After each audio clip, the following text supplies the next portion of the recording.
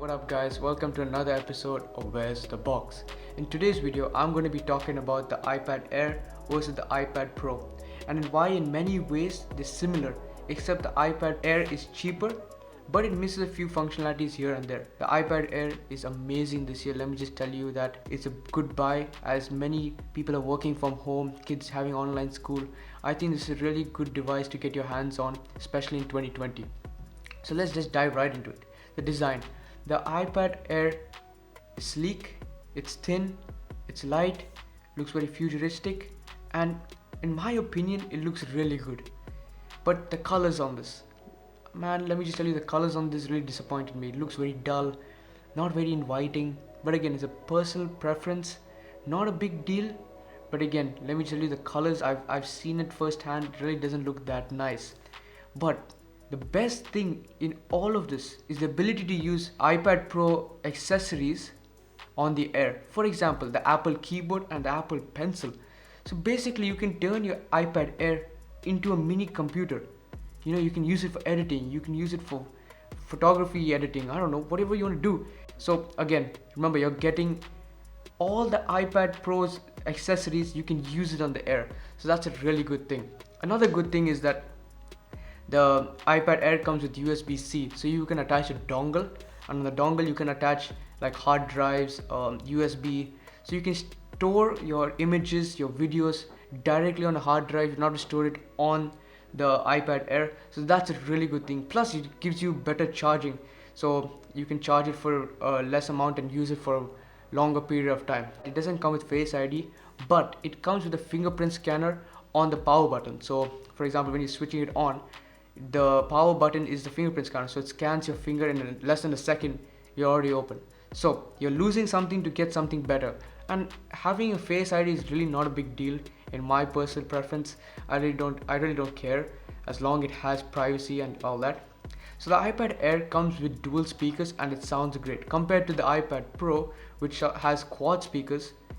The comparison is there, but honestly the iPad Air sounds really good if you're watching videos, if you're watching movies and all that. Actually, talking about the screen, if you see the iPad Air, the bezels are a bit thicker compared to the Pro. Again, not a big deal, it still looks nice, still has a flat surface, looks very clean. The iPad Air though comes with a 60Hz screen, whereas the Pro comes with ProMotion 120Hz.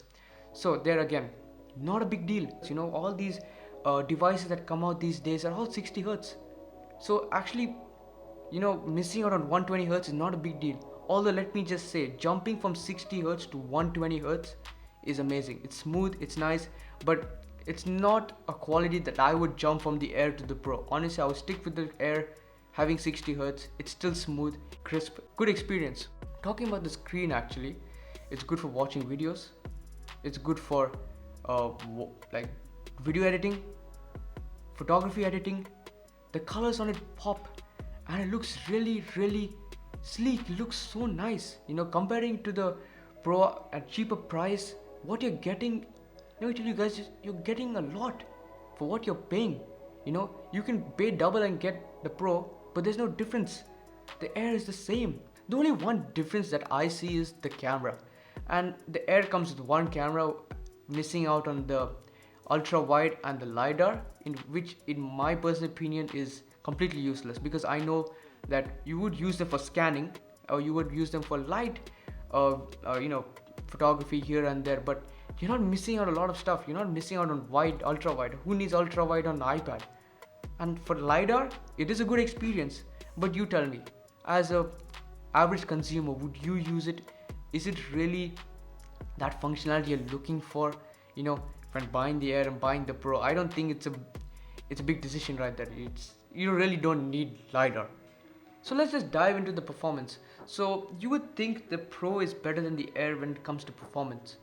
Well, that's where you're wrong. The Air comes with the A14 Bionic chip, which is Apple's best chip they've ever made, compared to the Pro, which comes with the A12Z chip. In some ways, when you're doing video editing or if you're doing heavy tasks, the Pro is a bit better because of the RAM. The RAM that comes with the Pro is 6GB, and the RAM that comes with the Air is 4GB. So if you're doing video editing, The render times might be different, so the Pro might finish at rendering faster than the Air, but again, not a big difference. You know, you can still play games on the Air and have zero lag. So that's what I'm saying. The Air and the Pro, not much difference, you know, when it comes to performance, right? The Pro might have the upper hand, but the Air is catching up. There's few minor details here and there, but again, as the average consumer, I don't think you guys would really look into the RAM, so they're basically the same. Let's talk about the battery life. The battery life on this is amazing. Lasts you a full day with you know, heavy usage. If you're doing schoolwork maybe, or if you're browsing through the internet, easily lasts you a whole day. If you're doing video editing, maybe less, but again, the battery life on this is amazing. So we have been talking more positives about the Air. Is now let's just move to the Pro. The Pro, the reasons you want to get that is 120 Hz refresh rate, LiDAR sensor, ultra wide, more storage options, which I'll get to in a minute, and just generally a bigger iPad. Other than that, I don't see you buying the Pro as an average consumer. It's just too expensive. You know, you're getting literally the same functionality, the same thing in the Air. So I don't see why you would want to jump directly to the Pro. Just start off with the Air and you will basically have the same experience. Let's dive into the price. Actually, the starting price for the Air is 2,499 dirhams with 64 GB RAM. So this is where I was talking about, you know, if you want more storage, I would suggest going for the Pro, because the Pro starts at 3,199 dirhams with 128 gigs and goes all the way up to 1 terabyte. But if you're an average user and you'll know that you will stick with 64 GB, stay with the iPad Air, it can go all the way up to 256 GB. If you know that you're going to stick with 64, buy the Air. But if you think that in the future that you're going to be doing some tasks that require a lot of storage, I might as well suggest go for the Pro. In short, the iPad Air is better than the Pro, or should I just say it is the Pro. You're not missing out much. You're not missing out on camera. I don't think you guys will be using LiDAR ultra wide. So in my opinion, I think the Air is better than the Pro in 2020. What do you guys think? Leave a like, subscribe, and hope to see you guys on the next one.